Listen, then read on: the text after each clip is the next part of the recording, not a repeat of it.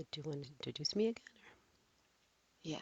Okay. Oh, good morning, everyone, to ISD, the Institute for Spiritual Development, coming to you on Zoom today. Okay, let me just pause that recording.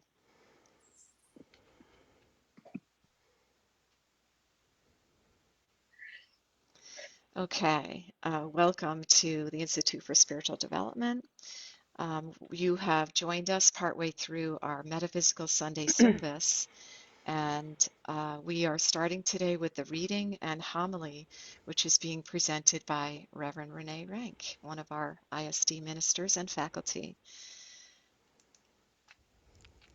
Thanks, Diana. Good morning. Morning, everybody. So today I have a reading for you. It's a poem, or maybe it's a prayer. Either way, I'm sure it's one that most of you have heard, but for those of you that haven't, it's called Footprints in the Sand. One night I dreamed a dream as I was walking along the beach with my Lord. Across the dark sky flashed scenes from my life. For each scene, I noticed two sets of footprints in the sand, one belonging to me and one to my Lord. After the last scene of my life flashed before me, I looked back at the footprints in the sand. I noticed that at many times along the path of my life, especially at the very lowest and saddest times, there was only one set of footprints. This really troubled me, so I asked the Lord about it. Lord, you said once, if I decided to follow you, you'd walk with me all the way. But I noticed during the saddest and most troublesome times of my life, there was only one set of footprints. I don't understand why, when I needed you the most, you would leave me. He whispered, my precious child, I love you and I will never leave you. Never, ever. During your trials and testings, when you saw only one set of footprints, it was then that I carried you. Good morning. One of the most widely circulated prayers, poems, whichever you want to think of it as, in the English language. And there have been some arguments, some legal battles, some controversy over who actually wrote it. So as I was trying to research who actually wrote this, I found an article on the Poetry Foundation website. It's poetryfoundation.org if anybody wants to go there. And it was an essay called Who Wrote Footprints by Rachel Aviv. And it talks about the fact that apparently there are four people who have been in some battles over the authorship of this piece, and I'm going to tell you about them. There's Burl Webb, who's a retired landscape artist living in Oregon. And he received the words divinely in 1958 after leaving the Navy and having his girlfriend leave him. And he wrote the words that he received out in lines and formatted it into a poem and published it anonymously in a local newspaper. And he says that he published it anonymously because he always thought of it as God's work, not his. Right? Although he still fought for copyright. But anyway, Mary Stevenson was the second person. She's a former showgirl and a nurse. And she said she composed the verse in 1936. And it was following the death of her mother and her brother. And she said that she was inspired by a cat's footprints in the snow. But as she started to write down the poem, it felt as if the pen had a life of its own. Sounds a little bit like automatic writing, those of you who've taken my class, right? So she said that she so loved the information that came out, the work that she wrote, that she would just hand it out to anyone who seemed to need it. So anyone who she came across who was struggling, she would just give it to them without signing her name to it. And then there was Margaret Fishback Powers. Now, Margaret was a Baptist children's evangelist, and she licensed the verse. She sold it to Harper Collins in Canada in 1993. And she says she got the verse because she just had a whole life full of religious devotion um, and a lot of pain. So in her memoirs, she wrote a book. She wrote her memoirs. It's called Footprints, the True Story Behind the Poem That Inspired Millions. And she talks about the fact that she got struck by lightning, she developed spinal meningitis, she got hit by a truck, she had a near death experience with a bumblebee. I'm assuming she was allergic. Then her daughter got crushed by a motorcycle, and that same daughter later slipped down a 68-foot waterfall while her husband was watching, and her husband had a heart attack when that happened. So while she was in the hospital with her husband, a nurse came and pulled the poem out to read it to the family to make them feel better. And the nurse just mentioned nobody knows who wrote this piece. And of course, her husband, in his heart attack condition, said, it was my wife. It was my wife. She wrote it. And then there was Carolyn Joyce Carty, who was actually a poet from New Jersey. And she says that she wrote Footprints in the 1960s when she was 6 years old. And she wrote it based on a poem that her great great aunt, a Sunday school teacher, had written. And in the early 80s, she copyrighted the verse as part of an 11-page stream of consciousness. So again, kind of that automatic writing stuff. And she concluded it with that poem. So why did I think it was important to provide you with this information about all these people who say, no, I wrote it, I wrote it? I'm going to read to you the last paragraph of Rachel Aviv's essay. She says, along with Webb, Carty, Stevenson, and Powers, at least a dozen other people have claimed, not quite as rigorously, but they've claimed to have written this poem. None of their accounts are particularly convincing, yet they all seem to genuinely believe they wrote the poem. And they describe the words coming out effortlessly, even uncontrollably, as if they were finally articulating something they'd always known. I love that. I love that line. As if they were finally articulating something they'd always known. So for most of the four people vying for authorship, the words came to them when they were in the midst of a personal crisis. Or in the case of Margaret Fishback Powers, a lifetime of crises. It's as if someone or something was trying to tell them, I love you. You're not alone. You have never been alone. And not just you, but all of humanity needs to understand that. Now, I could probably do a whole homily on collective consciousness, accessing wisdom through the Akashic records. Tell you how we can all tune into similar global messages, those messages that humanity needs to understand. But that's not exactly what today's talk is about. I really want us to think about that last line of Rachel Aviv's essay. As if they were finally articulating something they'd always known. That line has so much meaning. Something that they'd always known, something that we've always known, that we're not and never have been alone in this journey. I decided on this poem and re-acknowledgement of the fact that we're not alone because I just think it's very important for all of us right now, in this day and time where we all are right now. So many of us are struggling, whether it's grief, illness, pain, anger, confusion, financial uncertainties, or just trying to come to grips with the state of the world right now. Now, the poem, Footprints or Footprints in the Sand, is considered to be a Christian poem, and I left it in its standard format.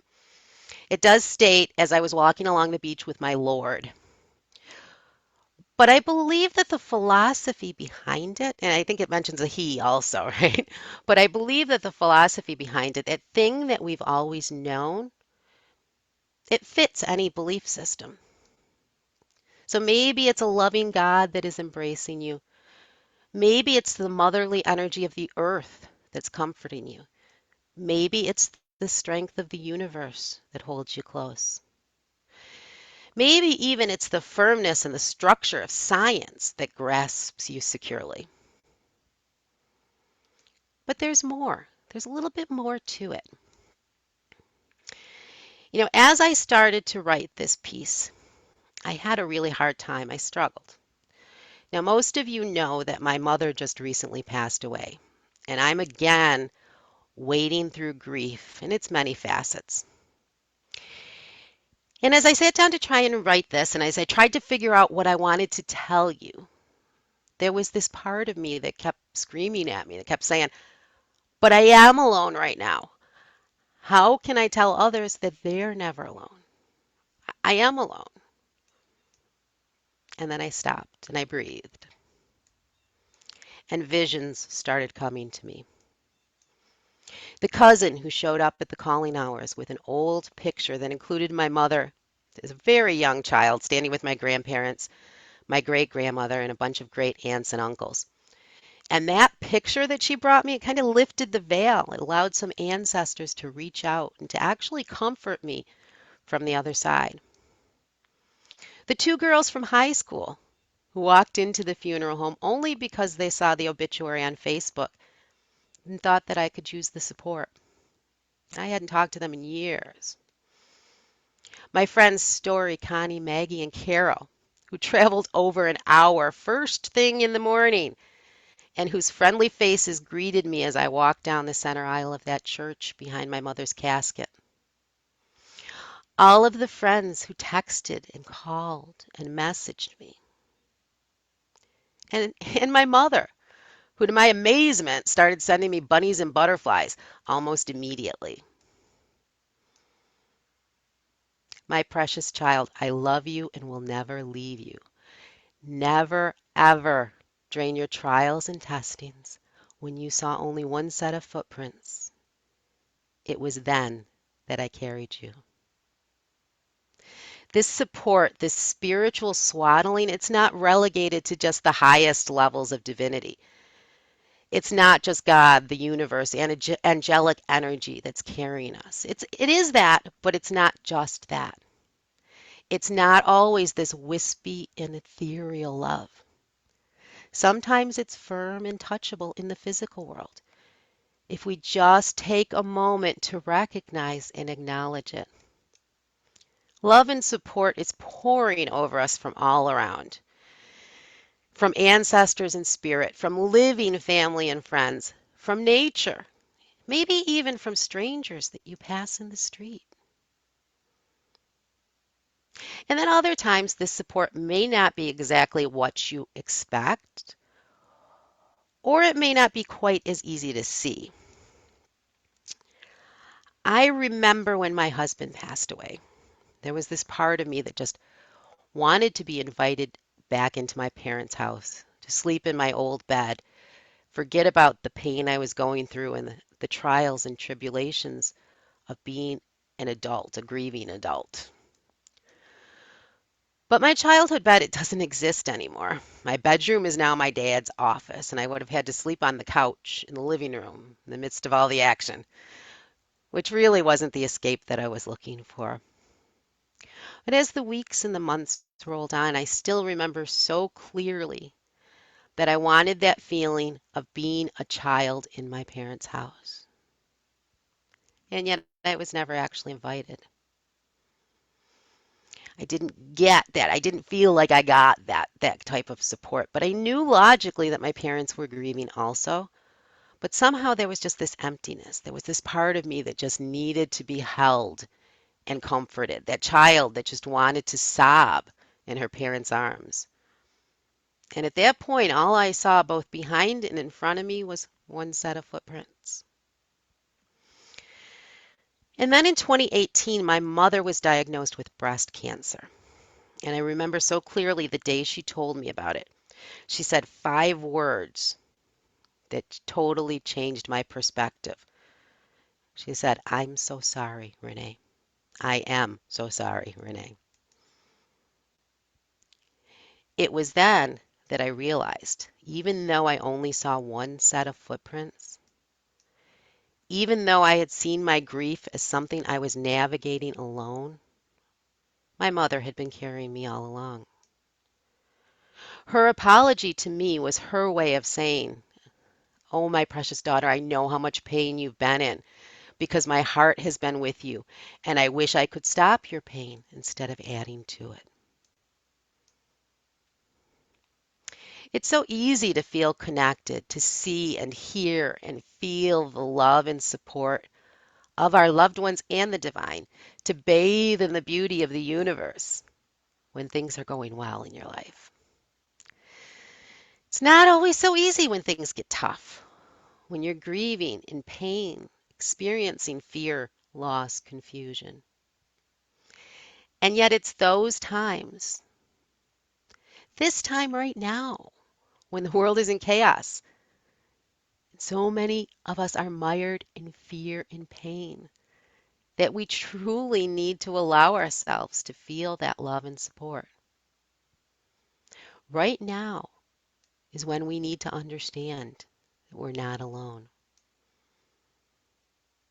How do we get to a space where we feel this spiritual swaddling and can have the peace of knowing that we're being held during our darkest moments? Well, as I mentioned, I'm not an expert. I struggle with it myself. But here are some of the things that I've learned so far. If we bury our pain, those walls that we put up to cover it may actually also end up blocking our ability to feel the support that we're being given. So acknowledging your pain is important. It's a process of learning about yourself and allowing yourself to feel on this journey, to feel. And it's a very big step towards uncovering those strands that connect you to your source and to all those who love you. So when something hurts you, even if you feel like it shouldn't impact you as strongly as it does, acknowledge it. Don't try to stifle it, just hoping it'll go away. And understand that it's okay to sometimes step away, to lick your wounds, and allow yourself to mourn. Taking time for yourself doesn't mean that you're severing your connection. It just means that you need a little break to begin the healing process. Take even just a moment to breathe. Your breath, it's your connection to both your inner self and your divine source. When we're in pain, we tend to hold our breath or we breathe fast and shallowly and don't fully feel that breath, that beautiful feeling as it moves through our body. So try to take a little time each day to concentrate on your breath, whether it's in meditation, whether it's during prayer, or while walking in nature, even just stepping away into the ladies' room for 2 minutes, but just concentrating on your breath. And what you'll find is that the breath will allow you to begin to melt the iceberg that's the burden of your perceived aloneness. And allow yourself to start to see the signs around you, even if you're not ready to embrace them yet. Whether it's a beautiful butterfly landing on you or a special email from a friend.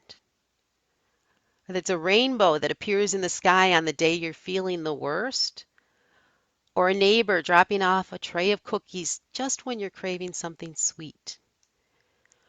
Don't lose track. Just don't lose track of those special little signs of love. Because those little signs, those are reminders that there's a much bigger love embracing you. And I feel like it's really important to acknowledge that those signs of love may not always be so obvious. There are going to be times when we still may feel like what was voiced by the narrator in our poem, right? That part, I noticed that during the saddest and most troublesome times of my life, there was only one set of footprints. I don't understand why, when I needed you the most, you would leave me. So just like me, whose inner child was screaming to be in my parents' house in my childhood bed, curled up under a blanket, I just didn't see that I'd never left my parents' house. But it was a spiritual home and not a physical one. I was being embraced in a heart, not a house. So whether it's a friend who didn't acknowledge your pain or a God who didn't change your trajectory so that you could have avoided the pain altogether, there's going to be times when the support is just not as obvious. And in those times, try using gratitude to activate your faith. Take a moment to remember a precious time or experience with that friend and recognize that this might be a new landscape for them. They just might not understand what they should do, or they may be going through their own difficulties at the moment and just not be equipped. And then the same with your God. If you're experiencing loss, start recognizing the blessing that was given to you of having had that person in your life. If you're experiencing illness, see if you can find the gratitude, the blessings that you were given for those who are helping to care for you, or for your pets who are doing the best to comfort you, or even for that pillow under your head that allows you to rest. If you're experiencing anger, find gratitude for the blessing of having that passion that stirs within you and recognize the beauty of that passion. If you're feeling grief and frustration at the state of the world, concentrate on being thankful for those like-minded souls who are walking beside you and understand what you're going through. And then stand in the light of faith, understanding that many of our saddest and most troublesome times are those that are ushering us into a new and beautiful phase of this journey. So my last suggestion is just to remember the Footprints poem. Carry a copy in your wallet, put it on a sticky note, put it on your wall, on your mirror, on your computer, or just hold the words in your heart. Knowing that so many people were divinely sent these beautiful words, and it wasn't to cause a bunch of copyright issues, but instead it was to make sure that this message was circulated to everyone who needed to understand it. Just always remember that you're loved beyond measure by your family, your friends, your ancestors, your guides, the universe, God, Mother Earth. And I'm going to leave you with these words that you need to hear, that you already know, and that you want to always remember. My precious child, it is now that I carry you. Thank you.